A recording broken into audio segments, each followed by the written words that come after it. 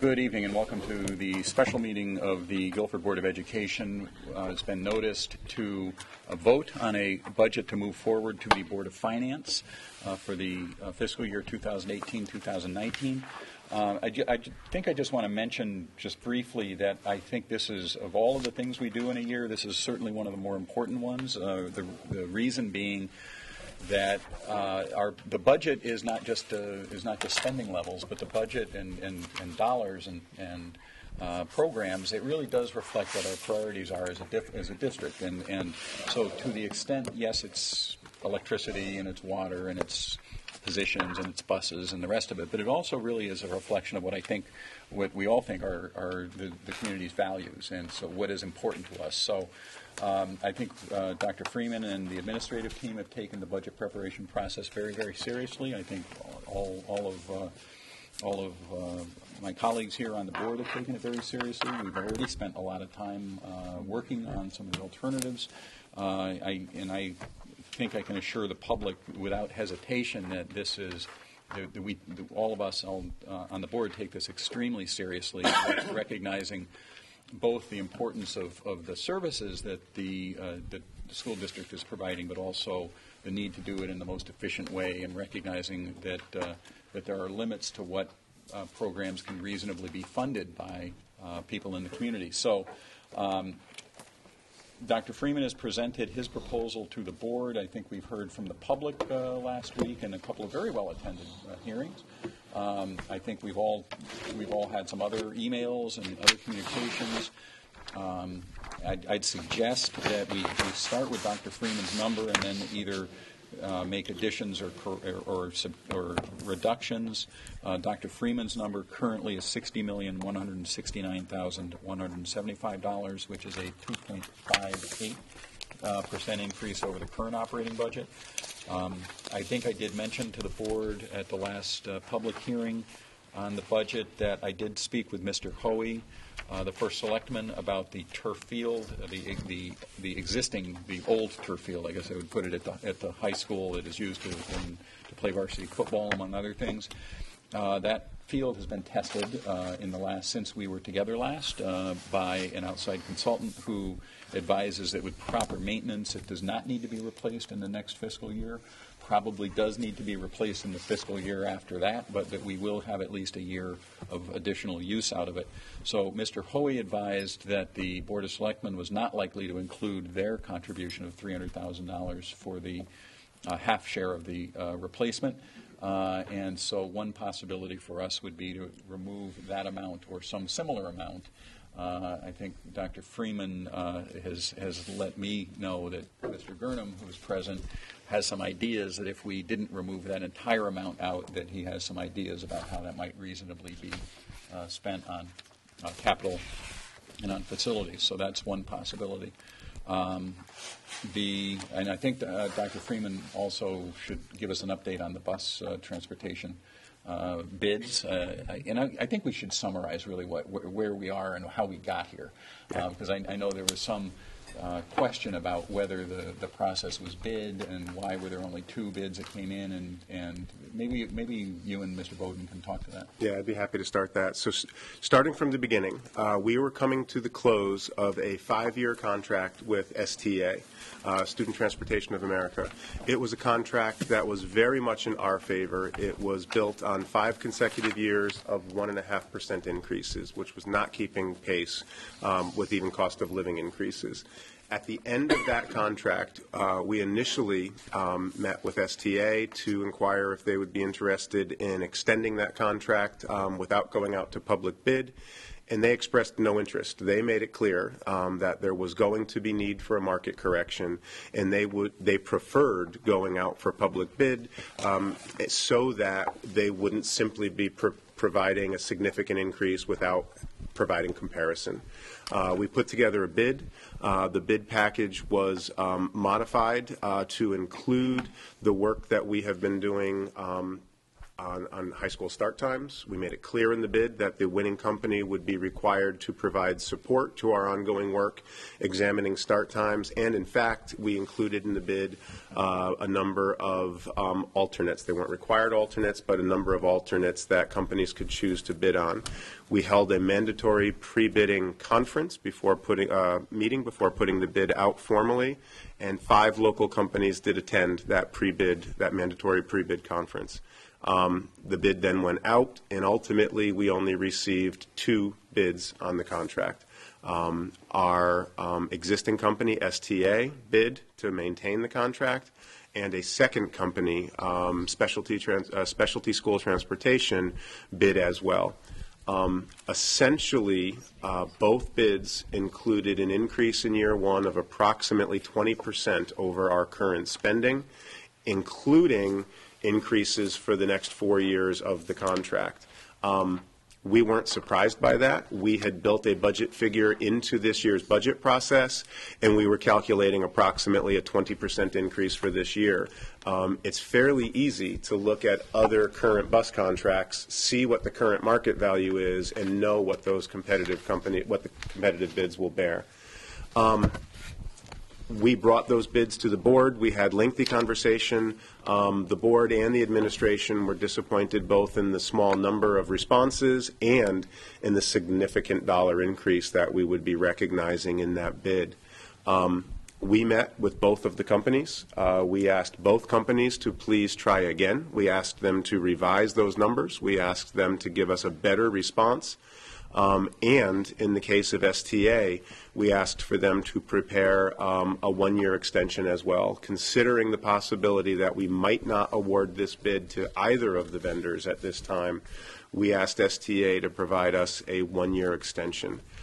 We have received all of those responses, and what we need to tell you is that while there was some movement, it is not significant movement. So STA, the incumbent bus company who currently holds our contract, did revise their bid, and from a 20% increase in year 1, it comes down to maybe a 15% increase in year 1. Essentially, they came close to matching year 1 from the outside vendor. But without exactly matching it. And over the 5 years of the contract, STA still remains higher than the second company. Now remember, these were public bids. Over the lifetime of the 5-year contract, STA is now approximately $425,000 above where specialty services would be. Remember, these are public bids. They were opened publicly. They were opened in the presence of both companies. Specialty, while they have told us that they remain very interested in the work and look forward to partnering with us and hope to win the bid, declined to revise their bid. They have maintained their original bid, which again leaves them approximately $425,000 lower than STA's revised bid. STA also provided us a proposal for a 1-year extension, and that is simply 0.5% better than the revised first year of the 5-year contract. It's 14.5. It's 14.5 instead of 15% in year 1. And to their credit, I want to say that STA made it very clear there's just no upside for them in giving us a competitive 1-year extension so that we could then work harder to bring in more bidders and go out and take the contract away from them for the next 4 years. Yeah. So on the tally sheet that we've provided for you, essentially option A, B, and C from a dollar point of view are minimally different. And so they are all slightly below the dollar figure that we were carrying as a placeholder in this budget. It does give us the opportunity to reduce our budget tonight slightly by approximately $65,000, regardless of what option we choose. We do not have awarding the bus bid on tonight's agenda, and because it's a special meeting, we cannot add it to the agenda. So while you can't take action on the awarding tonight, we can adjust the budget that sits in front of you accordingly. But again, Mr. Bloss, to your point, it was bid properly. It was rigorously promoted. And we asked both of these companies, as well as some of the companies that didn't bid, why they're not bidding. Middletown just received responses to their bid, and they drew the incumbent company and one other bidder. I believe it was Fairfield that recently went out to bid. They drew their incumbent company and one other bidder. Right now, companies are working to hold on to the business that they have and are not looking to push into other districts. It's simply we're not receiving competitive bids right now. It is not a buyer's market right now to provide this statutorily required service.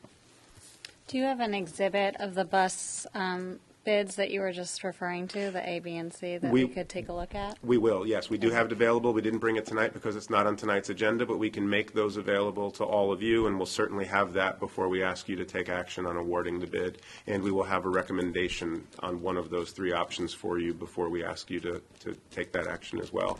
But again, for the purposes of tonight, you can reduce the transportation line by $65,000 regardless of which choice. All the choices have essentially leveled to the same dollar amount at this time. In year one, there is a difference over the 5-year life of the contract, but year one has essentially leveled out to be the same dollar impact. Okay, so we can remove 65,000. It's my recommendation that we reduce the transportation line by $65,000 in light of that update that I just provided. All right, is there a motion to that effect? So moved. Second. Any other discussion? All in favor? Aye. Opposed? Okay. Oh, so far this is easy. Let's go back to the turf field. We have that in the budget for 300, and in the sheet that you handed out, you were proposing that we only reduce it by 250.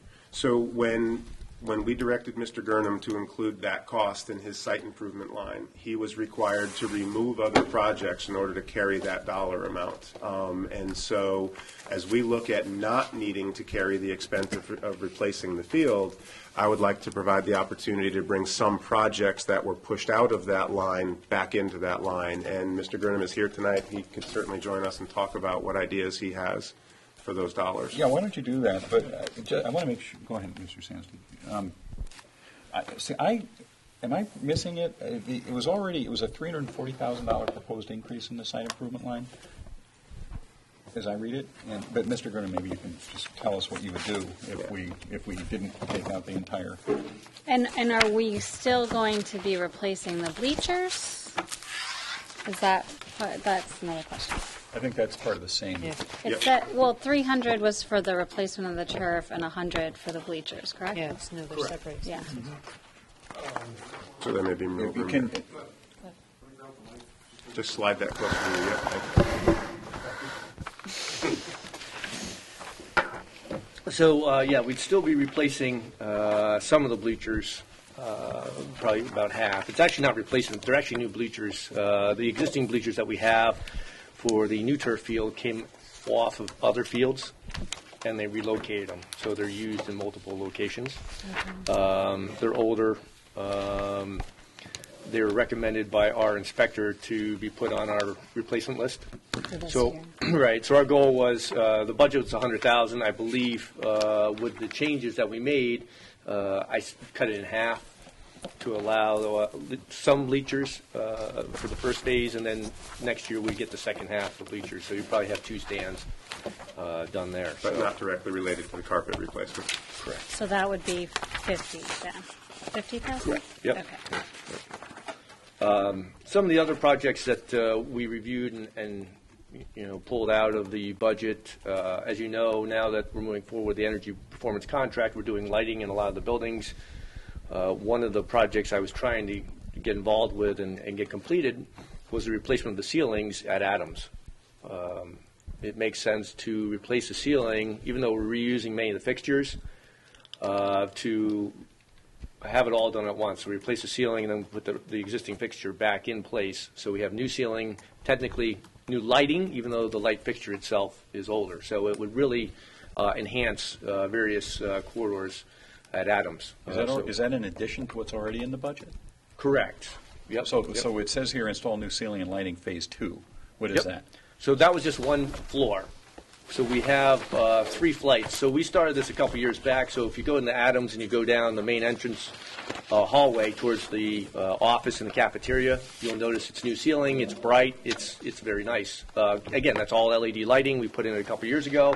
Our goal is to go through the rest of the building and do that throughout. So it's multi-phased. We did that section, so we also want to do the lower section, the basement or first floor, the second floor and the third floor of the 1936 building, and then proceed around the corner actually to where the gym is. So we have quite a bit, and we do as much as we can. So the good news is with the upgrade of the electrical or lighting package now in the Johnson Controls work, we can focus more on the ceilings and then replace whatever light fixtures are, we'll say, not functioning correctly versus just retrofitting them. So there are multiple phases to that. That's why that's in there. So what you would do would add essentially another 33,000? Correct, for that one piece. The other piece that I was talking to Paul about earlier today, that was brought up by a couple of the other principals during our budget talks, would be to potentially put some money back or keep money in there to renovate a few of the classrooms. So I try to balance out projects throughout the schools. We've stepped away from Calvin Leet for a little while. We haven't done a lot over there, so I wouldn't mind getting back in there and renovating a few of the classrooms there again. So again, I'll take what you can give me. If we can do the 33, and again, I'll balance out the projects, or I do 50,000 in various classroom renovations at Calvin Leet. It just depends. I'll do as much as we can, depending on how much the board's willing to, again, push back into the budget. So That figure can be 300, it can be 250, it could be anywhere in between. right.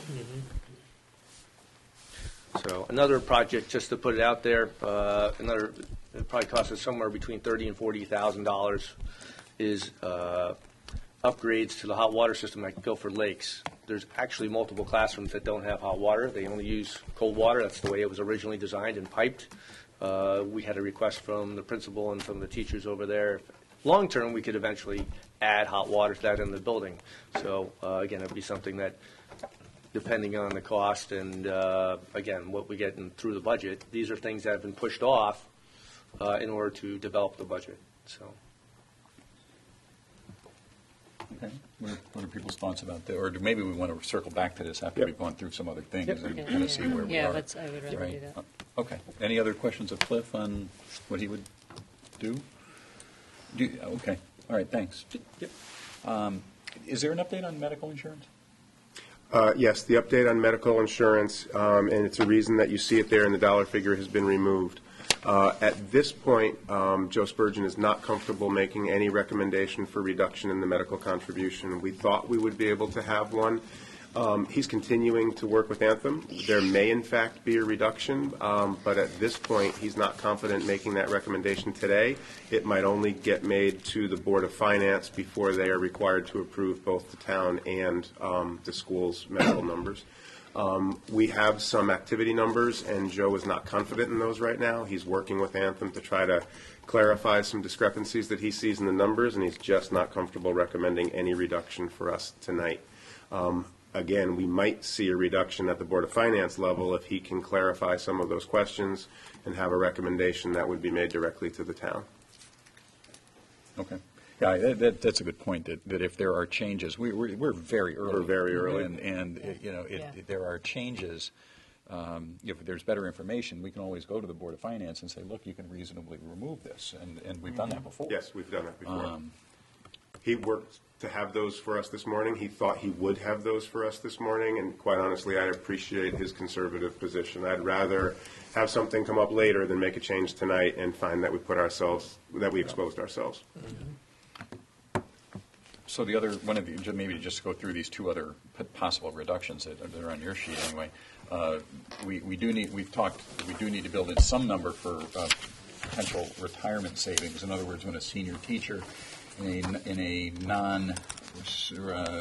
whatever it is, high demand area retires, and we often will replace that teacher with a newer teacher, a less experienced teacher, which would be somebody lower on the salary steps. The wrinkle being how many people retire, and are they in areas that they can reasonably be replaced with a lesser experienced teacher as opposed to somebody equally senior in, say, foreign language or math or science or some other high demand areas.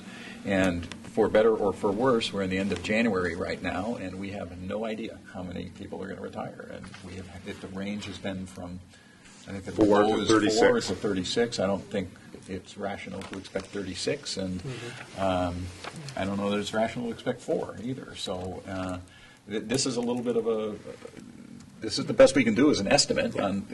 Some people are going to retire.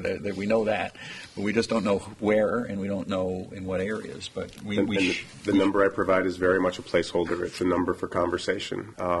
It was not derived at through any sort of formula. It's just a number I put down to begin conversation for this evening. I can tell you that at this time, we are only aware of one pending retirement, and it is not one that projects a savings for us.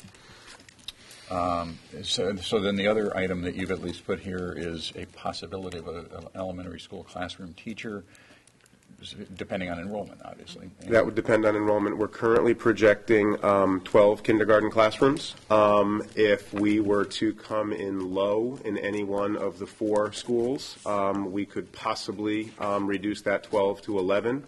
And were that not to happen, there is one grade of kindergarten this year that has fairly low numbers already. Even if we were to enroll to capacity in kindergarten, there is at least one location where we could collapse 3 kindergarten sections into 2 first grades. That would create class sizes of about 19 and 20, again, as long as we don't have significant enrollment over the summer in that area. So it's not a specific recommendation, and remember, this essentially becomes an offset to the increased classroom position that we are creating at LEAP this year that exists in your budget. If you reduced a kindergarten section, wouldn't you also be able to reduce paras? If it fell in the kindergarten, there would be a corresponding reduction of a 0.5 para, that's correct. A half-time paraprofessional if it ended up being at the kindergarten level. At this point, is it a half-time or is it a full-time? Every kindergarten has a half-time paraprofessional. We did not staff them with full-time paras. No, I understand, but I thought that they had, I thought we had 2 half-times. No. We just no. have one The teacher is there Okay. for the full day, and there's Okay. a paraprofessional only for the periods of time where we're doing math and English instruction. I see, okay. So the head count reduction would be 1.5. but- If it fell in kindergarten. If it fell in first grade, for instance, No. it would only be the teaching position. That's correct. Okay. So it would be a to be determined, and again, in past years, we have ended up staffing above the budgeted number because enrollment came in above where we were projecting. But that is a possible area that you could target as well. So those are at least the reductions that you've identified, and we've talked about these, obviously. And then there were a couple of possible increases. There was some interest in an assistant swim coach that was expressed at some of the meetings, some of the hearings. And there was an interest expressed in an additional coach for the crew, assistant coach for the crew team, although the budget already includes an increase of 1. And then you've got a line anyway for pension contribution. I should share with the board, I did talk to the first selectman before the meeting here this evening, and he has read the pension report. And we've talked about it, and I think he's talked about it with the chair of the Board of Finance. There is, and I was off a little bit in terms of what exactly our pension contribution was in this year's budget. The pension line says a little over $600,000, I think $620,000, but only 500-ish of that is related to the non-certified staff pensions. So, and I think I circulated the Milliman report. In order to just keep breaking even, if you will, our normal cost would be $416,858. for the Plus the interest Pl- on the. I'm getting there. Yeah, Okay. yeah. That's just our normal cost. That's Right.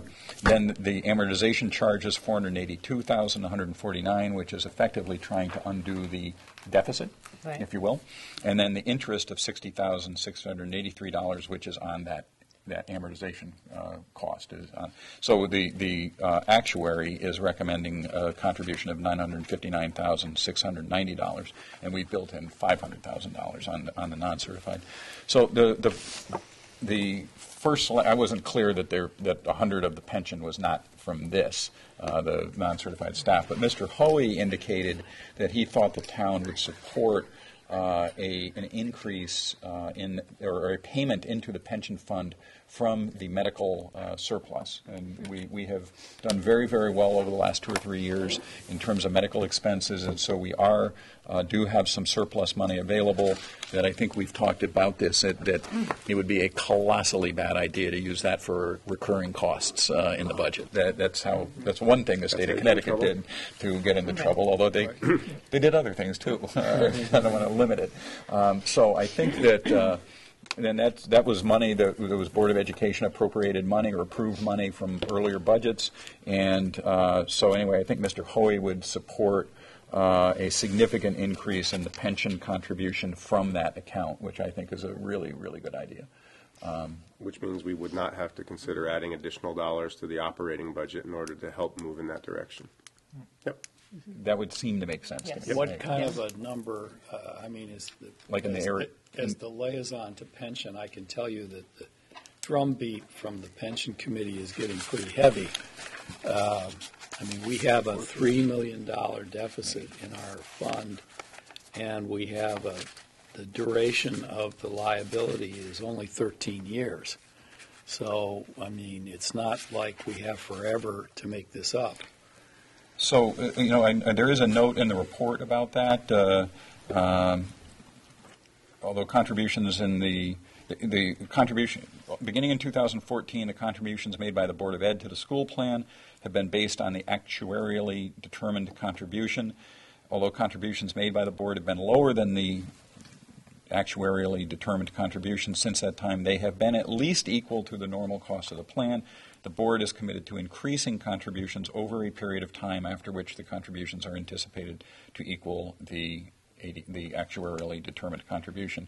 So I think you're right. The life of this plan is not that much longer. It's right. about 13 years, according to this. Which is good, because then we're out of this whole defined, this particular plan. But we do have to be aware that is... The $3 million is due sometime in the next 13 years. Statistically, yes, statistically. Yeah. So I think what I talked about with Mr. Hoey was at least $300,000 this year on top of the 500. So it wouldn't be quite at the level. But and again, I was working on some misunderstanding about what the 600 was based on. It may be that they're open to a larger increase. But I would think I would be much more in favor of trying to do something in the 400 to 450 area, so that we would approximate what the actuary is advising that we contribute.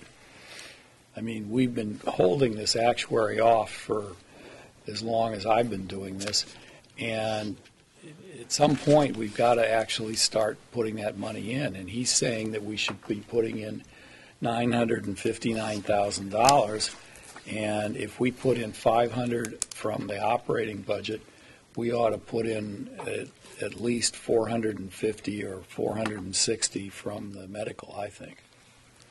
I don't disagree with that. I think there's room to have that conversation. I think that the opening conversation was promising. And look, I don't mind myself. I don't mind adding 50,000 to the operating budget, for that matter. I don't want to get carried away, given that we do have this other these funds that we need to use in a responsible way.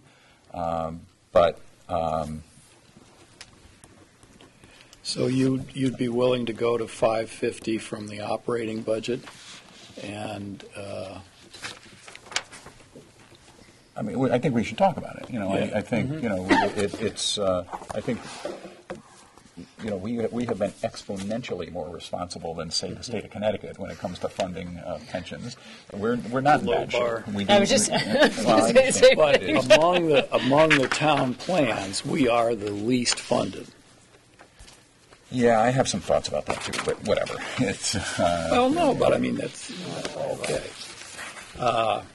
So, well, do you need a motion to, well. Why don't we talk about everything? Okay, if we can. okay, all right. And that, because that may be. Look, it may be that we think that retirement savings it partly does it depend on what we want to do with this elementary classroom teacher, right? Because that's the same amount. Right, so those two Yeah. are, yes, connected. Yeah. And I know it is, and I see, Mr. Macenti is here. I see. Are there going to be questions about the dean moving to full time? Okay. Oh, then yes. Why don't we, Mr. Macenti, can you join us? Now that's in the budget now. Kurt, yes. So that's 22,000? yes, $22,000 that is currently in this year's existing And so budget, but just- the position is currently unfilled. Right, and so just some background, just to clarify, we didn't put it in last year's budget, but then when we realized some retirement savings, we agreed to pay for it last year. And so it's back in this budget this year. And we have a principal at the high school. We have an assistant principal who's 12 months. Correct. And that's the same format that we have at Adams, 2 12-month administrators, correct? Correct. And then we have 2 dean of students, one of which is 12 months and one of which is 10. Right, in the staffing plan, and currently what Mr. Macenti has done is that both of those positions are essentially filling an 11-month position, that the single increase has been spread across the 2 positions. Okay. Okay. And so, Remember that the high school has twice the population. Yep. understood. So I guess I want to hear your points about it, but I personally would prefer not to have this increase this year. It doesn't mean we have to spend the money, that even though it's a small amount of money, if we decided to spend it, we're talking about pension, we're talking about the potential need for the elementary school teacher. I would be much more comfortable if we have $20,000 to put it somewhere where it directly contacts students. And not that administrators do not, but in terms of classroom teachers, we had some requests from parents. We already mentioned the additional crew coach, the assistant coach for swimming. That's just how I feel about it. Yeah, so I'll let Mr. Macenti answer first. I'm sure that I'll have something to add, but. Well, no, I guess I should also add that we were talking about retirements. We got a chart from Ms. Trudeau, and the majority of our teachers in Guilford are between 35 and 45 years old. So we've got a little time before we have a block of retirement age staff. And I also don't completely think we should always count on retirement and hiring back at the lowest wage as a way to be consistently outstanding for our agree with school that. system. Mr. Macenti, would you like to speak to the 12-month administrative position I first? think, first of all, thank you very much for moving this forward in the past and giving us an opportunity to bring two full-time assistant principals on board. There are 3 really big reasons I'd like to see this happen. The first has to deal with our current assistant principal, who's our IB coordinator. The IB, in all our training, demonstrated that IB coordinators, or IB expects our coordinators to utilize about 25% of their time to IB. We were in fact versus- required to certify that on our application. So you Before we said could, 25%? before we could be accepted, we had to commit 25% of an administrative position to the IB requirements. Our assistant principal is averaging about 35% of her time on IB right now, and we'll lose her in her regular role in the summer because she will be spending most of her time, if not all of it, with IB. Our IB students who are working on their extended essay and their CAS requirements. They're doing it second semester, over the summer, and first semester. So it moves from their junior year into their senior year. So our EE coordinator and our CAS coordinators are not full-time. So our assistant principal will be working with our 23 diploma candidates all summer long, as well as processing all the IB tests when they come to fruition. Can you just remind me how many IB diploma students we have? 23. 23. Okay, sorry, I think you just said that. The second is just facilitating the myriad of test data that comes into our building over the summer as well, and using that to prepare for professional development for our teachers. When I took the one assistant principal's position and split it into two 11-month positions, it was incredibly powerful for our team to work together throughout the entire summer, and teachers, I think, felt that when they came back, an administration that was better prepared to deliver professional development right away, that was focused and really honed in on results, on student results. And with the loss of our assistant principal this coming summer, and with the expertise that our two deans bring to the table as far as curriculum and in their fields, I just think it's powerful and a direct impact not only on teachers but on students upon their return. And we've looked at a number of 10-month positions over the last 4 or 5 years. I think we've increased 3 other positions from 10-month to 12-month. And in my mind, that is in recognition that we're asking everybody to do more over the last several years. We've brought in curriculum revisions, we've brought in increased expectations, we've got a new supervision evaluation plan. So without adding FTEs to our administrative team, it is a way to have the existing team be consistent and be on board across the 12 months. So I think 4 years ago there was a plan to transition 4 positions from 10-month to 12-month. We've gone very slowly. We've gone very thoughtfully, intentionally. This would be the last of the 4 positions that we looked to transition. I absolutely understand the concern. I understand the concern of placing dollars in an administrative position. I know that this board has invested heavily in the coaching model. I just think it's an efficiency. I think it's a good spend that then is a multiplier effect out among the building. I think Rick's point about professional development is the most important point. But we've gone slow, we've gone thoughtfully, we appreciate whatever dollars we have. It is an unfilled position at this time, so it would be an easy reduction, and again, I understand the point. And it's a recurring. I mean, this is something that we're going to pay for every year going Correct. forward with raises and Yes. contracts and such. And I guess also, to be fair, if the budget gets more and more challenging in the next few years from the state, everyone's going to be working a little harder, Right. unfortunately. Well, I'd like to concur with what my colleague has said on this. This one, I have to say, does trouble me. Our enrollments have been essentially flat, although they're coming down a little bit, and we've been right-sizing the teaching staff accordingly, and we've been very thoughtful about that. But while we're doing that, to be increasing the amount that we're putting into administration just doesn't feel right to me. And I understand that there are additional obligations, and I understand that we've put IB into the high school, but I'm not comfortable with this last step at this time. So, and again, I absolutely appreciate the position, but again, to point out that in that same time frame, we've brought on IB, we've brought on an alternative high school, we've brought in a therapeutic support classroom through the daytime period.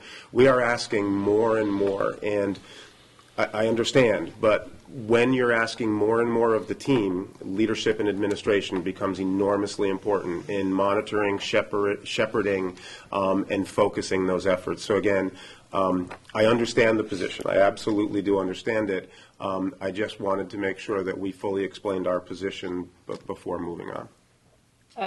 I actually have an opposing view, I guess, to a few of my colleagues here on that issue, because I also think that one of the things that I think we've tried to do more and more is professional development in-house.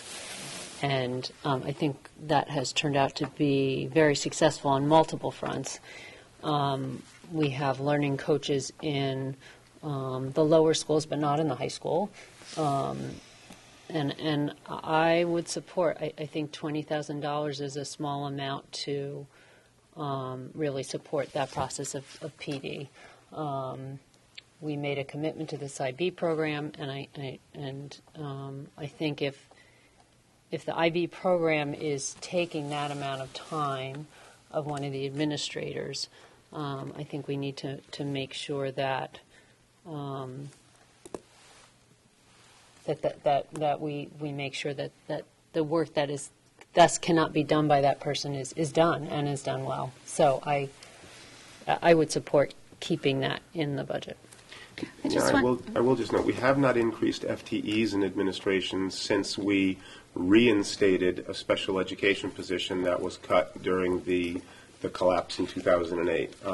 There's been no other FTE increases. We have thought of this as a creative way to expend time without adding FTEs. We understand the sensitivity of adding administrative FTEs. I could just also just add, and I think that the dialogue is great, and I think that it's fine for us to disagree on things from time to time. The IB program is a fantastic program, and I fully expect and hope that it's going to grow over the next few years, but it has 23 students in it, and Guilford has 3,000 students in our school system. So just to put it in perspective in terms of teaching versus administering. I'm also curious because we you got creative last year and were able to use the money in a way that allowed both deans to be present for 11 months of the school year. And last summer, Julia was also preparing for IB. And I would say probably a good percentage of her summer was spent preparing leading up to these incoming IB students. Would you say, I mean, what you alluded to before was that the kickoff to the year seemed very efficient and you hit the ground running, that 11 months worked out fairly well. Did you really feel the need to have that additional month that we weren't able to award in last year's budget? Yeah, I really did, and I think the reason why IB got off to a good start was the years of preparation for it, not just those months. But to your point, the amount of data, for example, our accountability report with the Next Generation. I mean, there are 12 components that we really hone in on and focus in on, and it's impossible for one or just two people to really take that apart and prepare a school year appropriately for the demands that are being put on our teachers and our kids. That's the state of Connecticut requirement, not an IB requirement that Rick is speaking about. That's correct. It's an incredible, it's an incredibly important work that each of them do, and they all evaluate teachers. They all administer to the curriculum needs of our students. The dean's model is archaic. These two individuals are not doing dean's work. They just don't do discipline or attendance and referrals. They're not just in the hallways. They work with teachers. They work with kids. And they spend the summer dissecting this data and using the professional development that our district is administering to us so that we're prepared when that first teacher walks in and that first student walks into the building. And to have both of them present and working on that will be, I just think, a very powerful result for young people in this building and for our teachers.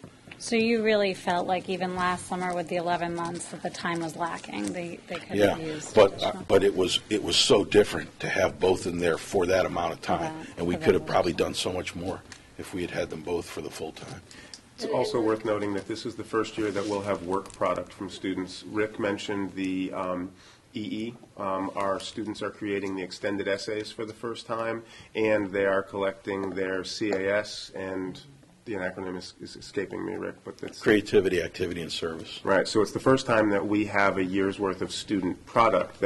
So last year was preparing for the students. Now this year we've got student work that needs to be scored, monitored, moved forward, and we didn't have that requirement last year.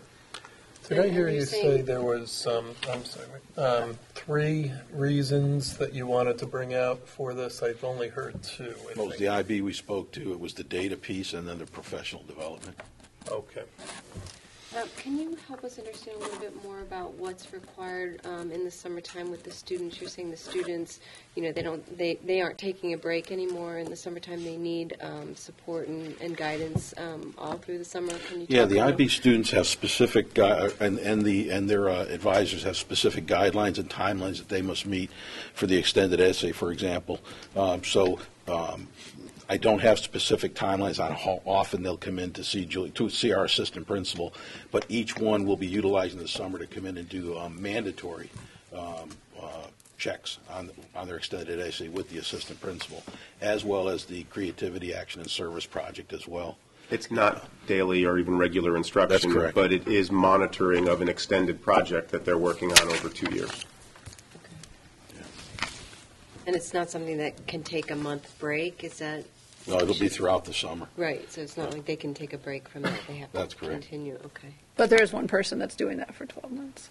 That's Okay. our assistant. Correct. Right. Julia's here already. Yes. And the E coordinator and CAS coordinators are 10-month people. They're teachers, so they don't work in the summer. So that's something the assistant principal will pick up in the summer. I see. Who's the IB coordinator. I see. All right. Good conversation. Yeah, no, it's great. No, listen, it's all, the easy things have already been done. That's like the transportation reduction, right? Correct. So just for those of you keeping score, I just want to put a Okay. framework on this for a That's second. fine. We're not done Yeah. by any means. If we were to reduce the turf field or the capital line by $267,000, which would give Cliff his 33 for Adams, and if we added the retirement savings up to 135, kept transportation reduction at 65, took out the elementary teacher, added back in 50,000 for pension, by my calculations, I'd defer to Ms. Trudeau, but I think that would be a 1.79% increase. So anyway, just to kind of frame it where we are, but if you just in rough terms, a percent is $600,000. So that leaves open the question for the administrator and the assistant coaches. We're still looking at one possible reduction. Or anything else. But yeah, let's Yeah. talk about something else. I think. Well, are we done? Can we excuse Mr. Massani? Yeah. Or anything else? Any other questions? No. Okay. Thank you. Thank you. Thank you. Yeah, just thank you for all you guys do. And I know I speak for my colleagues as well. Thank you very much. Mr. Chairman, Yes. one thing that struck me after we had the public session was how many people were interested in the start time issue. And I think that one thing we can do in the budget is that we should consider a small amount, and I'm thinking in the area of $20,000, $25,000, that the task force may need to hire specialized consultants to look at, the bus routing, to look at other ways that we could find to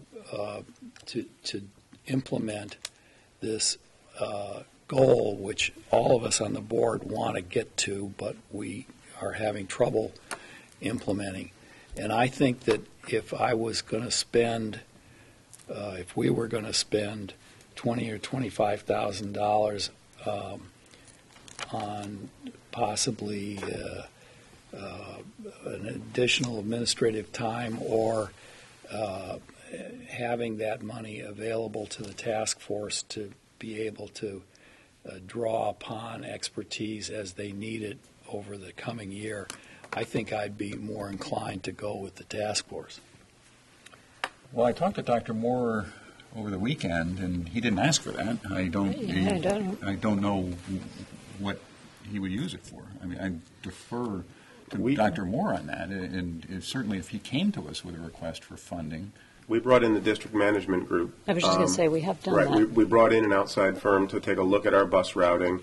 The bids have required both of the bidding companies to be part of that. I will share that the new company who's approached this uses a different routing software package, approaches routing differently, and could possibly bring a fresh set of eyes. But I also would want to make a comment that I made at the task force meeting last week. We have looked now at the bus routes for 4 years. We've looked at them internally. The district management group has looked at them externally. We have asked STA to look at those bus routes. I'm hesitant to continue to suggest that there is something to be found in bus routing that hasn't been found already. We do know that there is time to be found in bus routing if we are willing to consider a restructuring of the middle schools, as Mr. Bloss spoke to last week during some of the public hearings. But I worry that we might be throwing good money after a question that we've already pretty thoroughly explored. Now, I will readily admit that I'm not a busing expert, but we haven't found it in 4 years, and I worry to suggest that. I believe we're beginning to approach magical thinking if we just keep thinking that a new company or another consultant is going to see something that hasn't been seen to date. We got pretty good explanations from DMG about why our buses are not more efficient, and it's a combination of ridership and the geographic challenges of we're the third largest community in the state. We could load our buses more fully, but we will then have runs that exceed an hour each morning and an hour each afternoon, and I don't know that the community would bear that. Well, one thing, and this is probably really premature, but in this current fiscal year, do we look like at least things are lining up that we are going to be within budget? Okay, I mean, for $20,000, I mean, if Dr. Moore came to us in May and said, look, can you find some money because we need to do X, we have a consultant who's ready to go. My guess is we could find it in the current operating budget. Right, and if there was some other minor expense, we have been covering expenses associated. Now, there haven't been any significant expenses, but we've been covering any expenses incurred, and we've been able to bring in some experts like Dr. Arardi, who is the immediate past superintendent in Newtown, who was the most recent town to make a change, and they have done that as a courtesy to us. So I think we could get some of that expertise without necessarily needing to incur expenses or be able to cover any expenses from other existing lines. Most other districts exploring the start time issue also had a representative from the bus company, right? And you've made it clear to STA and Specialty that there would be a representative available going forward? The bid package requires that they make an employee available to us to partner in all stages of this work moving forward, which is what Newtown did. They had the bus company at the table for all of the work. And it's what we required of the bus company with DMC. When DMC came in, we required STA to be open and transparent. DMC spent more time in the bus trailer on the lot than they did with any of us in our offices. I'm actually somewhat optimistic after talking to Dr. Moore that we are going to be able to make some proposals on start times. And I certainly am not ready to say what I think the task force is going to do. That's their responsibility. But Dr. Moore I think he and his group are working very, very hard. And he has not suggested adding any budgetary numbers for this year. But I also think he is hopeful that they can get to some consensus that will be effectively budget neutral or as close to budget neutral as possible, will still lead to some meaningful change. So I think the committee at our last couple of meetings is beginning to think of the possibility of changes that would be required to be phased in over more than 1 year. And I think that the task force is committed to any recommendations that would impact September of 2018 being cost neutral. Might not be the complete recommendation, but we're talking about being able to break it up and phase it if there should be any implications for funding. Are you going to go to that CABE seminar on start Yes. times? Excellent. Yep, Okay. I'd like Well, to. let us know if anybody else has all the answers. I will.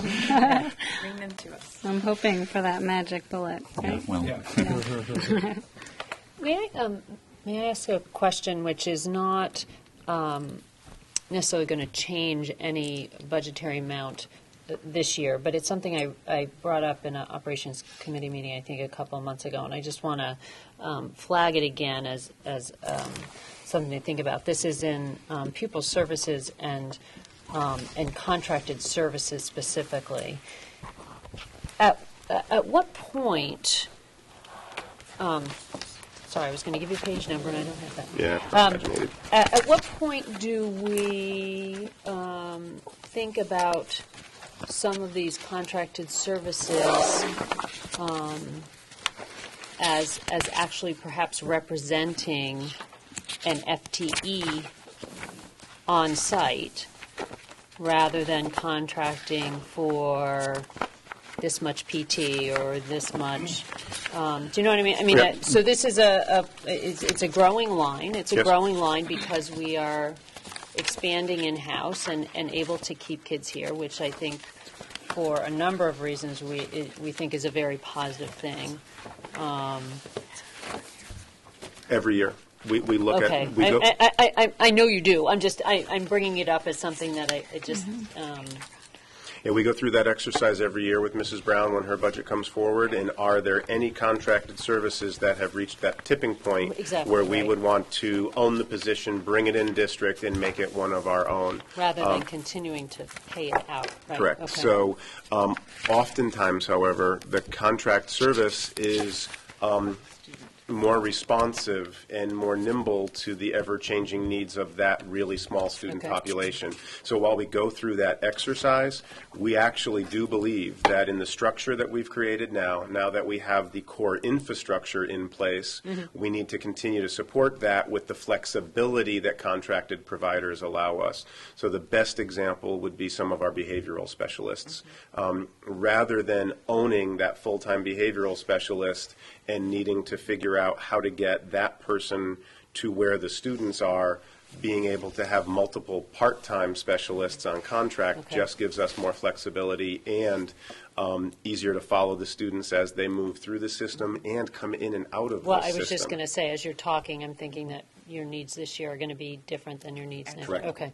Yep, so it's a really But good it is question. something, I imagine you did, I just wanted to bring it up. It's something that gets looked at every year. The best example, the most recent example would be the .6 school social worker position that we did add to the budget last year.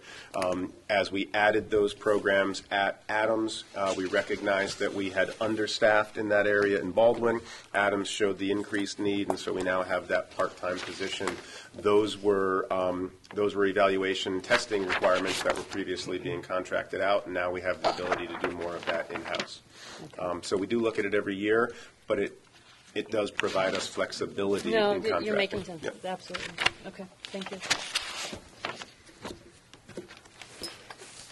I actually would just like to make a point about swim also. We had the swim coaches. The swim team has come out for the last couple of years, and this was our first year implementing a swim team. It's obviously a passionate group of kids and parents, and they had a really successful first year in terms of numbers joining the team. And we had the benefit this year of, we had budgeted $12,000 to implement both a boys and a girls team, and we had the benefit of keeping our cooperative arrangement with Branford, eliminating the need for the $6,000 on the boys' side.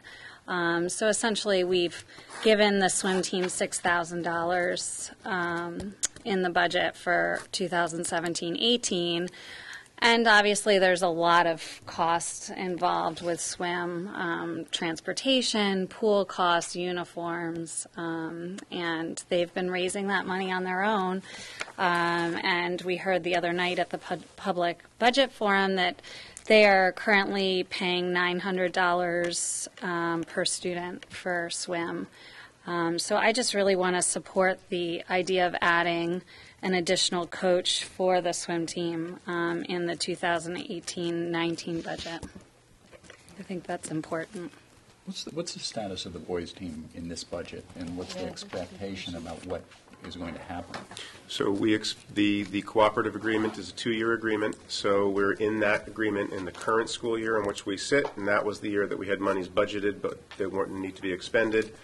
Next year, the year for which we're preparing this budget, would be year 2 of the cooperative agreement, and we have reason to expect that in year 3, it will become a standalone boys team as well. And so if we remove those dollars or reallocate those dollars from the budget now to put somewhere else, we'll be back this time next year adding $6,000 for a boys swim coach. And I would think that if we are increasing the spend on the girls swim team, there would be a comparability issue that would need to be addressed, and so we would be looking at a new cost for boys when we sit here this time next year preparing the 1920 budget. So why is the boys' team in for $6,000 in this budget if we know we're not going to have it? Yeah, it's a good question. Those dollars are there because we'll just have to replace those dollars next year at this time. Well, there are always next year is next year. There are always dollars around extracurricular and athletic clubs that aren't expended. For instance, the monies that we budgeted around cheerleading. Bless you. We did recognize a cheerleading program for the fall, but didn't have the numbers, and so there's no cheerleading program. And in fact, I have sort of directed Mr. Jarvis moving forward that any team that doesn't enroll at least 10 students, the monies would be there but would be unexpended. Now, that doesn't mean that next year we might not see an enrollment of 12 or 20, and it happens with extracurriculars every year. There are monies budgeted to cover a certain set number of extracurricular clubs and sports. Not every one of those is expended every single year because it might be an off year for student interest, but we don't always clear it out, zero it out on a year that it doesn't run because the following year there may be interest and those monies need to be available for the following year. And then oftentimes those monies come in front of you at the end of the year as we do the sweep ups of unexpended monies and do transfers to cover other overextended areas. We did include an amount for an assistant crew coach and then not for the swim coach or other various positions, which I'm sure could have been presented. Could you explain the thought process and the? Yeah, I believe Jake came forward with requests for about 3 assistant coaching positions. One was in baseball. Baseball has perennially been covering the cost of an assistant coach through their booster club. One was for crew, and I apologize, but the third one is escaping me. Crew was approved because of the numbers of the 3 programs. Crew at 88 students participating was the highest student participation. It is a program that has also been funding that assistant position either through volunteers or through boosters, and it's additionally a program that has had a parent levy associated with it. And it's another water-based sport. So at 88 students on the water, it was a safety concern. And of the positions that were brought forward, that was the one that we saw as the highest priority. The crew team has been asking for some relief there for approximately 5 years, I believe. Does crew receive any other money besides a coaching position in the budget? Yes, but I'd have to go back and look. I'm not sure. No? Is it just the coaching position? Just the coach, and they cover all other expenses? Yes. Okay. Can I make a suggestion about athletics? I mean, it's something that is extraordinarily complicated, obviously, and I as a neutral principle, my suspicion is every coach would like an assistant coach, right? I mean, that's just the nature of the business, right? Can we invite Mr. Jarvis to an operations committee meeting where we kind of talk about what the needs are and these are relatively small line items. I mean, in a $59 million budget, $3,000 assistant coaches are something that we can be a little more flexible on, I think. But I suggest that maybe we don't add any additional assistant coaches tonight, but especially if we've got $6,000 that is budgeted but not allocated, that we talk to Mr. Jarvis and actually hear from him directly, if that makes sense to people. Yeah, he'll be able to answer these specific questions. We don't know enough about it. Right, right. And if we have some wiggle room in there that we could potentially add an assistant coach to whatever sport, at that dollar amount, there's always, right, again, we've added positions that were over budget before. Those dollars are much smaller than teaching positions. We could make that adjustment without having to make a budget adjustment tonight. And I think it is a very good idea to have Jake involved in the conversation. I'd probably suggest Mr. Macenti as well. Yeah. And I can only imagine, right, that this would be included, but one of the things that would be very helpful to me is a sense of, and we started talking about it, I think, at the public forum the other night, but a sense of what I mean, sports are different, but a sense of what parents and or students are paying, right? And because agree. there is some. And what they get for it. Well, no, that's why I'm saying it's not apples to apples. So it's not as easy as it's not a spreadsheet in which you make decisions, which is why I think it's so important to have Jake there because he has the more holistic sense of the whole piece. I think that's Well, exactly right. I'd like to see an analysis that says, sport by sport, what the cost to the parents is of participation in these various opportunities that are available. Because when we talk about pay for play, when we started this, it was not a whole lot of money, and it was a way of increasing the number of sports that were available. But I've been hearing some numbers here that a lot of people in town just couldn't afford, and I'm concerned that we're relying too heavily on the parents for some of this. I mean, the idea. Jake could provide that background. And if I we sat could- there, sorry, I was just going to say, I sat there in the public forums, and it was the first time I started hearing real numbers of what a parent's expected to step up and pay. And that I don't want to use this term discriminatory, but it can really take a child who has some great potential, and the parents just can't do it. And so I don't know what the solution is for that, but it would be really nice to get a sense of. I'd like to see the data, and then we can start to have a discussion about what do we do. But I just don't. I had the same reaction when I heard $950 per student, and if you have 3 or 4 kids, this is real money. Right, the alternative, there are two alternatives. One alternative is you don't do the sport at all, or the other is you ask the taxpayers to pay for it. Right. And so those are the only 3 models. And the deal that we made when they asked us to start a swim team and a hockey team and a crew team was exactly what we're doing. That was the deal. Right. And now we can change. We can pay more, but it's going to be taxpayer money.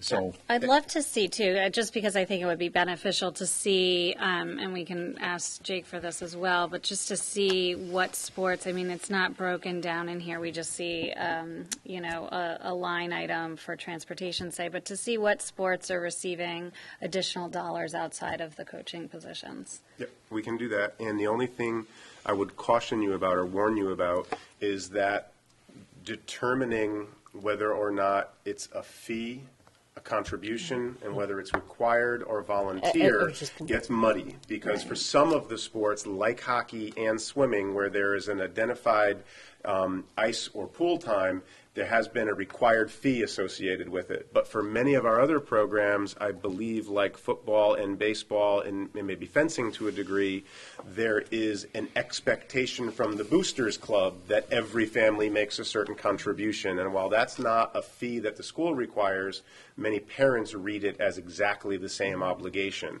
And so the definitions begin to get a little gray about whether it's a voluntary contribution or a required and mandatory participation fee. But Jake will be able to speak much more specifically than I about what those fees or donations are at the various sports. But it would be helpful when he comes if he had a schedule of what these numbers really look like. We'll have an artifact for you. It would be helpful to see it more holistically. Yep. Good. So I want to just mention, speaking of water, you might wonder why the water bill at Cox School and the water bill at Leet School are more than double the water bills at Adams and more than triple the water bills at Baldwin. The reason for that is that we are paying the Guilford Board of Education is paying to irrigate the soccer fields that Park and Rec uses and rents out to various programs. And I'm going to raise this I've raised it with the Board of Finance already. I don't think it's fair that the Board of Education is paying for these fields that we don't use and that somebody else gets income from. So I intend to raise that, and my opinion is that $40,000 or so, $30,000 or so should be shifted over to the town Park and Rec budget because they're the ones that are getting fees for the use of those fields. But having said that, all their maintenance costs. Aren't Guilford. There's other groups that aren't Guilford groups. That's true. that are using Absolutely these right. fields. Tournaments, Yeah. things like that. And the fees to that go to Park and Rec, not to the Board of Ed. So I just think it's bad accounting, frankly, and I'll raise that with the Board of Finance when they can. Good. Well, do we want to do these one? Are there any other issues or any other questions? I am going to raise, if I may, one more issue. Raise whatever you want. No, it just. The night is young. No. We ask this every year, and I just want to talk about it a second, which is the tuition line is showing a decrease, a proposed decrease, and I know how challenging it is to kind of land on a number. But I also know that we have been under budget. 5 out of the last 6 years. Yes. Over budget. Over budget. Over budget. I was saying it out loud, and I knew I was saying it wrong. Our spending has been over budget. Our spending has been over, but we under budgeted. And I don't know how we. I guess the question is, can we include that? I don't want to put in the budget an amount of money that we can't kind of say is slotted for a particular thing. It's kind of like in case we go over. But at what point does going over the past 5 or 6 years not become something we need to plan for? So this budget includes funding for all of the identified students. And Linda, how many unanticipated possible slots? Is it 1 or 2? It's not actual slots necessarily. It's $100,000, which could be one student. It could be half a cost. It could be 2 students. It depends on the facility. And we've been over at least a couple $100,000. 1 year, our single greatest miss, we were $700,000 over budget. Now, we believe that we are, in addition to carrying the $100,000 buffer, we believe that we are projecting and budgeting better than we have been before. Okay. And so we think that we have corrected some of the inherent errors in the process. We think we've been closer in the last couple of years. Okay. So, again, it is the most unpredictable and volatile Absolutely. number in our budget. And there's been a number of recent stories about districts going back and requesting special appropriations. It's the same everywhere. It's a small end with a large price tag. What happened in Hamden, they had some. Yeah, they Furlough just laid days, off. right? Furlough days, that's one of the ones I'm referencing. Yep. Okay. And what are you assuming is the excess cost grant reimbursement in this budget? 70%. 70%. Which compared to what now? It was 70, closer to 75 Was last year's last year's. award. Right. 74 something. Yeah, it's And who knows what that number's going to be, right? I mean, that's. It hasn't dropped below our targeted number. One of the things that I can say for this administration is that they have protected the excess cost grant. It hasn't received the rescissions that other grants have received, and they've not dropped below that 70% number. But remember, there's a pot of money set aside, and the amount we get is based on how many claims are made against that pot. And so they've always protected the pot of money, and whether we get 75%, 80%, or 65% is going to be a function of the claims that the 169 towns put against the pot of money that was set aside. But we got to remember that when this legislation went into effect, we were supposed to get 100%. Correct. Well, yes. Well, that's an old Except for a story. really important clause that was put in I was there. gonna say- Appropriations, and I will That's- say. Yeah, all right, I've been but sitting you're at this exactly right, very Mr. similar Sanders. table for 18 Really years. long It has time. never been 100%. Yeah. Ever. Well, So- but that's what it's supposed to be. I understand, and it's also that's supposed not to be, the exactly federal right. government's supposed to contribute 40% of it. It says it right there in the bill, in the act. And they have never appropriated basically anything for it, the feds. So, but, I mean, I just want to make sure that we're not getting too far out on a limb with the excess cost grant with these budget numbers. But Dr. Balastraci, I hear you asking, do we have enough or are we reducing too much? And I appreciate the question. I wouldn't be opposed to setting another 50,000 there, but then I believe that this is a good number. And Okay. it's as good, if not a little bit better, than any number that we've presented in any previous year. Okay. Okay. Okay. Other questions, other comments, other thoughts? Everybody's kind of writing stuff down. Who wants to go first in terms of a thing here, a change? Well, let me take up the pension thing. I would like to add 60,000 to the 500 that's in the budget. And then if we can get the 400 from the medical, we would actually, for the first time in ever, be at the actuarial amount. So I would move that we increase the pension contribution by 60,000. I'll second that. Any discussion? All in favor? Aye. Opposed? Abstentions? I think that was 9-0. That was a bunch of timid ayes. Well, so I'm going to be honest. I'm going to be honest and say my approach would be to go through reductions first. So my tentative eye was that I wasn't ready to do additions before reductions. A motion got made. But a motion got made, so that's what, I recognize that. I'm just explaining the tepid eye. Let's not be bashful up here, folks. Tepid and timid, yes, let's not be bashful. Turf field, you want to go to that? Last suggestion was $267,000 reduction. I've built on nothing other than Yes. 300 minus 33 Yes. for the work at Adams. I mean, I think we all agree that Adams has to be taken care of, so. I'll make that motion to reduce by 267,000. I'll second it. Okay, any other discussion? All in favor?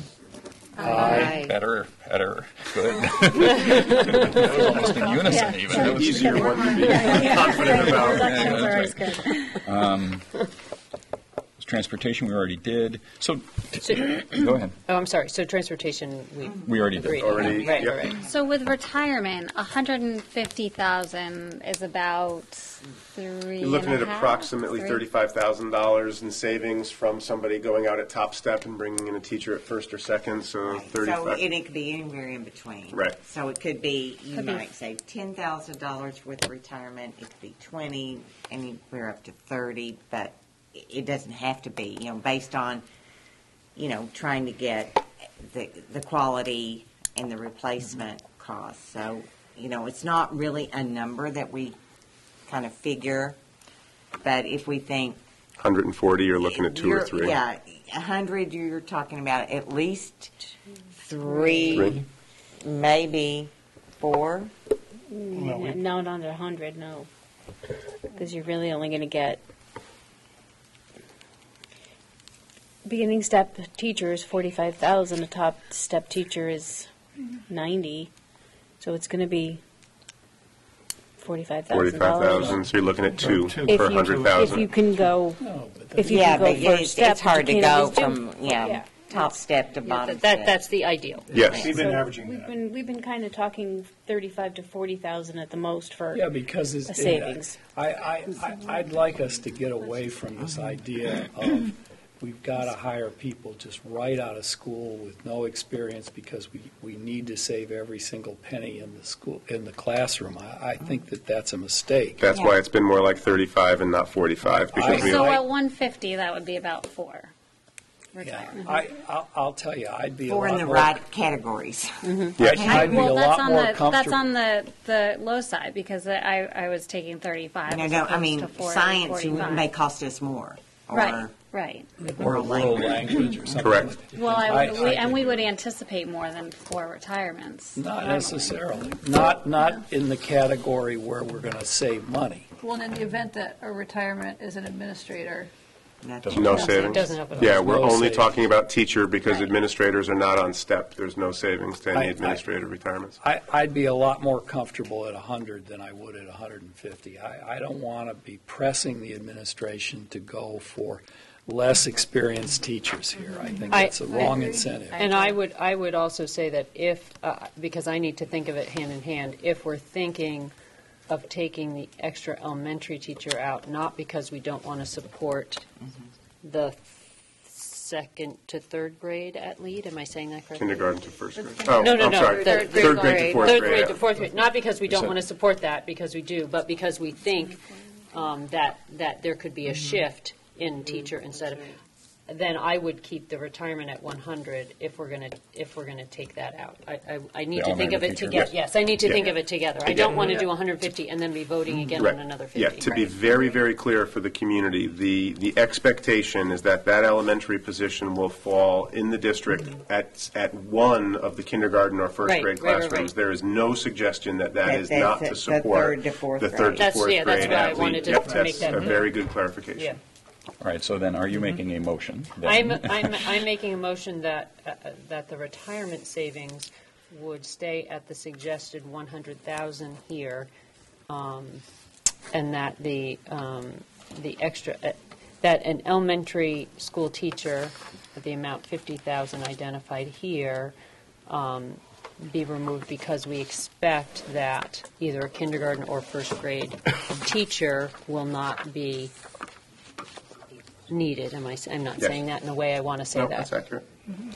So but the total reduction would be The total reduction would be 150. And I'll that would second. then allow us, if we find ourselves with a higher kindergarten enrollment and first grade enrollment than we expected, it gives us a way to deal with that Yes. without having overextended the retirement savings or Right. over-expected. The two items hit the same line, and Right. so if we end up with over-enrollment but more retirements than Yes. expected, Yes. the one facilitates the Right, other. That's exactly I right. don't want to, yes. So that's what I'm proposing, a total of I'll- 150. I'll second your motion. Okay, any other discussion? It's a two-line item deduction. Any discussion, questions? All in favor?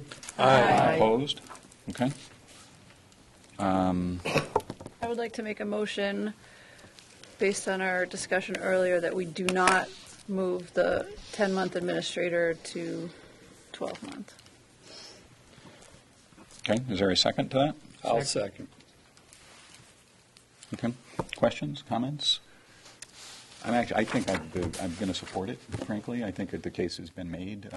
I've obviously got a little bit of familiarity with the IB program. I should mention, by the way, ran into one of the Yale assistant directors, admissions directors, and how do you feel about IB? And she said, we are big fans. We love it. Great. So I think it does have some administrative burden, but it also, I think the state reports are something that were not anticipated 10 years ago. We just didn't have this level of data 10 years ago.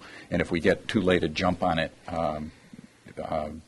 and don't start to get into that until a week before school, I think we're putting the administration in a very difficult place. But recognizing, I get that there are rational and completely reasonable positions to the contrary. But I agree with Mr. Bloss. I think Rick made a good point. I think that it's a 12-month position. I think using the summertime to get ready for the students coming in makes a lot of sense, and I also would support it.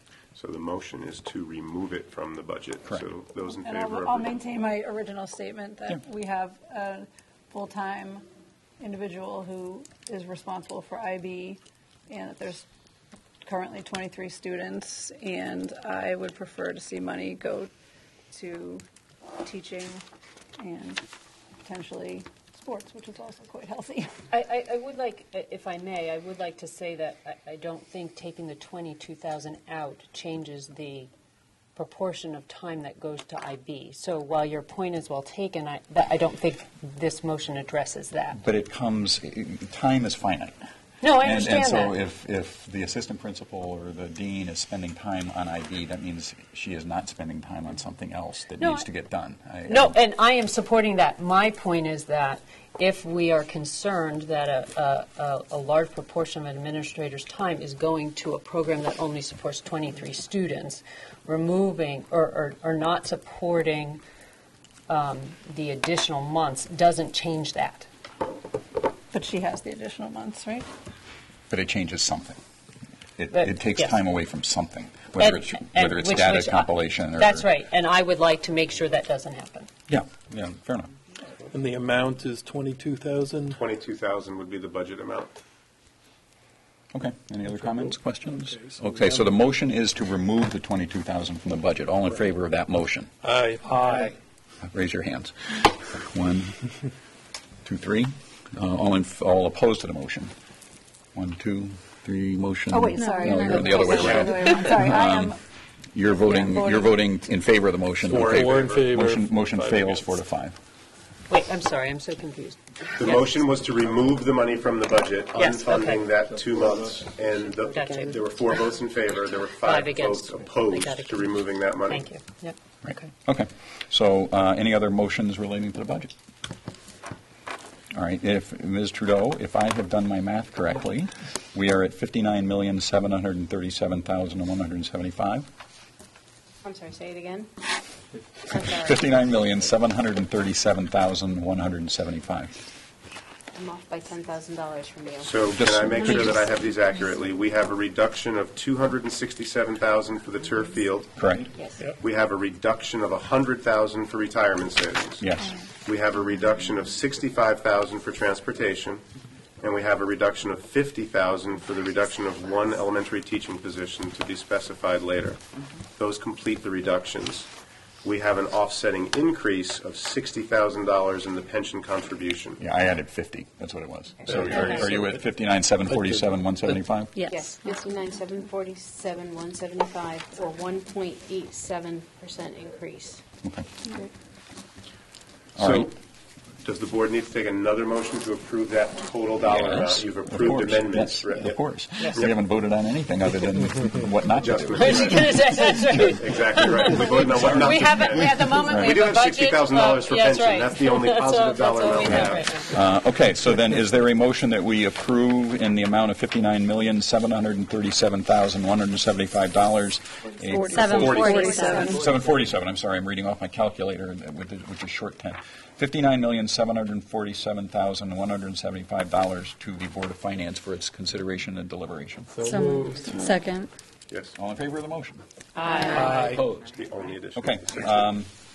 All right, that's it. We have a proposed budget to the Board of Finance with 1.87% increase. In other words, almost a point, 1.87. almost a point below the inflation rate, one way to look at it. And significantly lower than the budget that we brought you as the administrative team. You know, I'd just like to say again that including the community conversations this year and the really thoughtful conversations that this board has held with the leadership team and alone, I really appreciate the process again this year. I'm willing to say again, Guilford is looking at enhancing arts instruction. We are looking at supporting the continued IB work, while other districts are talking about reducing staffing, laying off teachers, and taking furlough days. I'm really proud of the work that we continue to do together. Thank you all for the efforts here. It's a great process. And we certainly wish that some of our comrades in Hartford had this open a process in the budget world. So anyway, any other comments, questions, thoughts? I do want to also thank the answers to multiple questions that we have asked, over this period of time. I appreciate, because getting those answers took some time. So thank you. Great. All right. Well, in the absence of any other comments. Before Yes. we adjourn, I believe we have Oh, a that's second right. item We to have, approve we the have Melissa bonding, Jones yes. plans. I had it, Cliff. I wasn't going to let it go. You notice he's got a big roll of diagrams, if you want. So again, these documents have been in Cliff's office for the past week. We need to approve, and then there are some signatures after the board approves the project.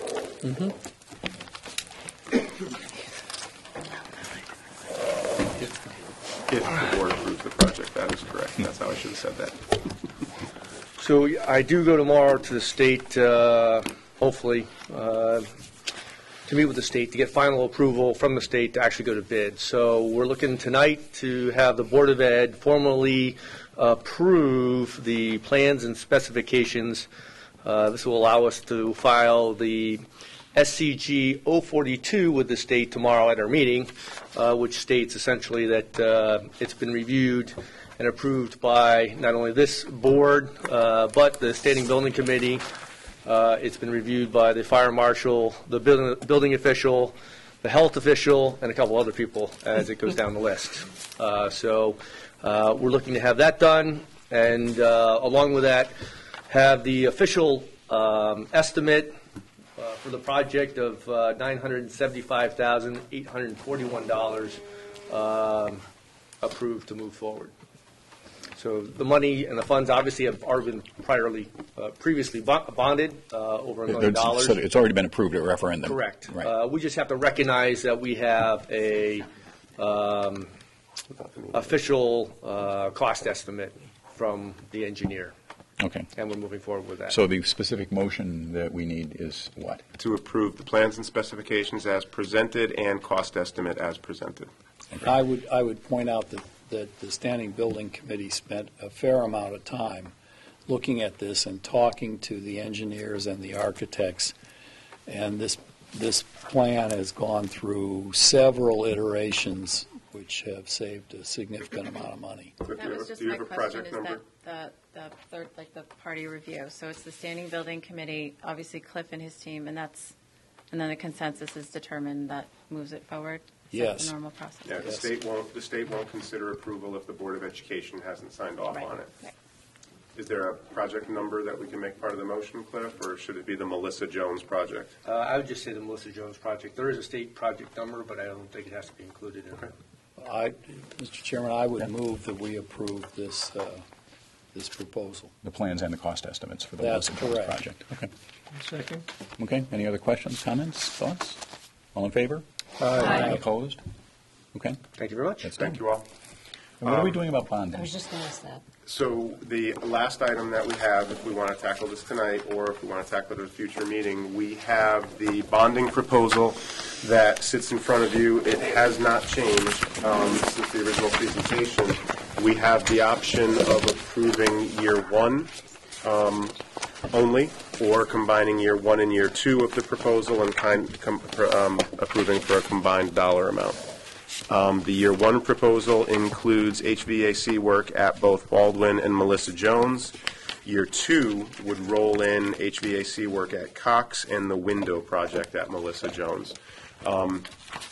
Approving both would preclude us from having any requests in front of you for bonding next year, barring any unforeseen event.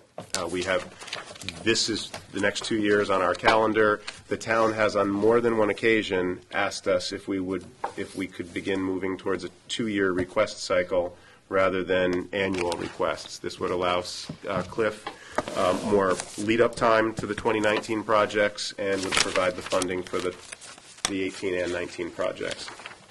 And if I have this accurate, year one alone would be $3,690,927.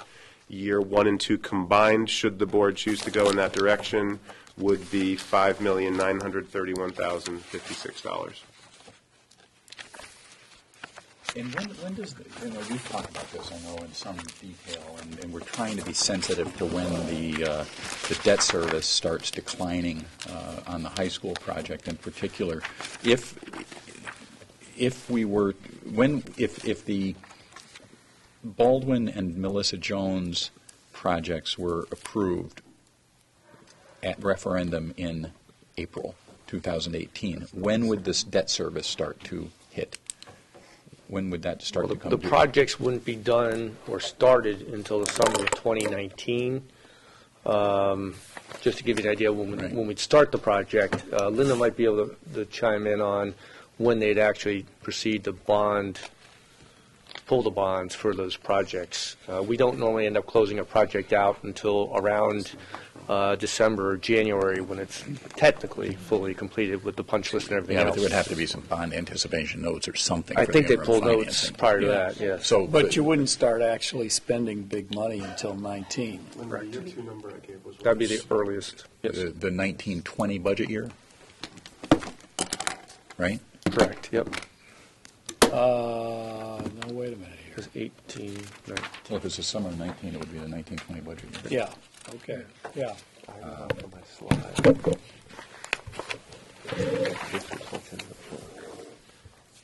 Yeah. So when So when does that start? Do you have the bond schedule there? The debt service schedule? Why don't you go ahead and answer Bill first? And then I'm sorry. I'm sorry. Yeah. I thought that that's what Dr. Freeman was showing. No. But I guess not. It's a different question. The debt service schedule, I know you've sent that to us in the past, It's and 2021? did it start to decline, or is that? Yeah, I thought it was. it's It should be in your book. Oh, it is? Okay. It should be in your book, just past, under the capital tab. I had 2021 is So ringing you'll a bell have to me. the description sheets for the bonding, and then right behind that is the debt service. And the first Oh, here we go, column yeah, is yeah. the Okay, existing. yep, got it, yep. Okay. So the debt service starts to, well, the peak is 2021, and then it starts to decline. Right. So if we were in, so the year one of this would be in 1920, and year two would be in 2021, right? Absent something else clever. Oh, no, I'm sorry. The debt service is over here. Yeah, that's right, 2021. Okay. And we've tried to show you what the impact will look like. Correct. And the increase from last year to this year is what? It's not on this schedule. I think it's about a 500 and something thousand in debt service. I thought it was 6 something. I think it's roughly 0.5% of the operating budget, I think. It's roughly. Might be 0.6. I have it here. I don't see it.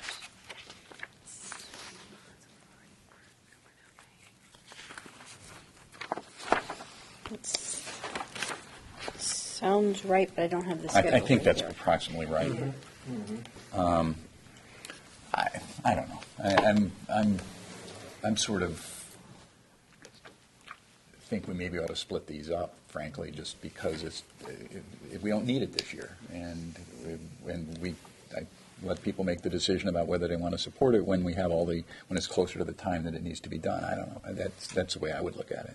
That's fine, and that approach allows us to speak to the point that both the Baldwin and the Melissa Jones projects are imminent, and we've experienced failure in both of those systems over this last, in the winter in which we are in right now. I mean, it would be nice if we did them in a 2-year cycle, but it's nice. It's not necessary. The other benefit to waiting a year, it gives us the time to do the engineering and design work a little bit to give us a stronger number for that 2019 year bond. So right now it's strictly estimate based upon the facility needs assessment and a little feedback from some of the engineers and architects versus actually starting the process and getting into some of that design to give us a harder number like we've done in the 2018 projects.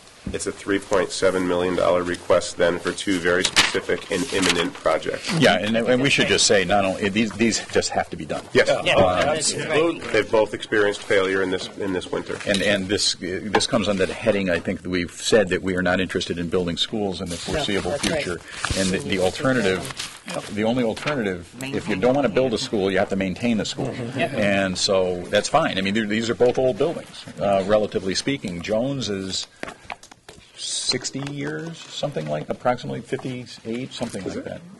Oh, yeah. Right? Yeah, okay. And then Baldwin is, our second newest building, amazingly, but it goes back to 1970s. Yeah. I tell everybody that. So is there a motion to move forward proposed bonding in the amount of $3,690,927? So moved. Second. Any questions, comments? All in favor? Opposed? Okay. That means you've concluded all of your budget work. Everything now moves to the Board of Finance. Not quite. Well, we have to support it at the Board of Finance and support it with the community, but all of our decisions are made. We don't have any hanging decisions yet. The last couple of years, we've done bonding and operating budget together, which we were not doing 4 or 5 years ago. There were separate proposals, and we put a lot more time in. I didn't mean we were done. Okay. So, Mr. Kays, is that a motion to adjourn? It was. I thought so. Correctly. Seconded. All in favor? Aye. Okay, thank you, everybody. Thank you. Thank you.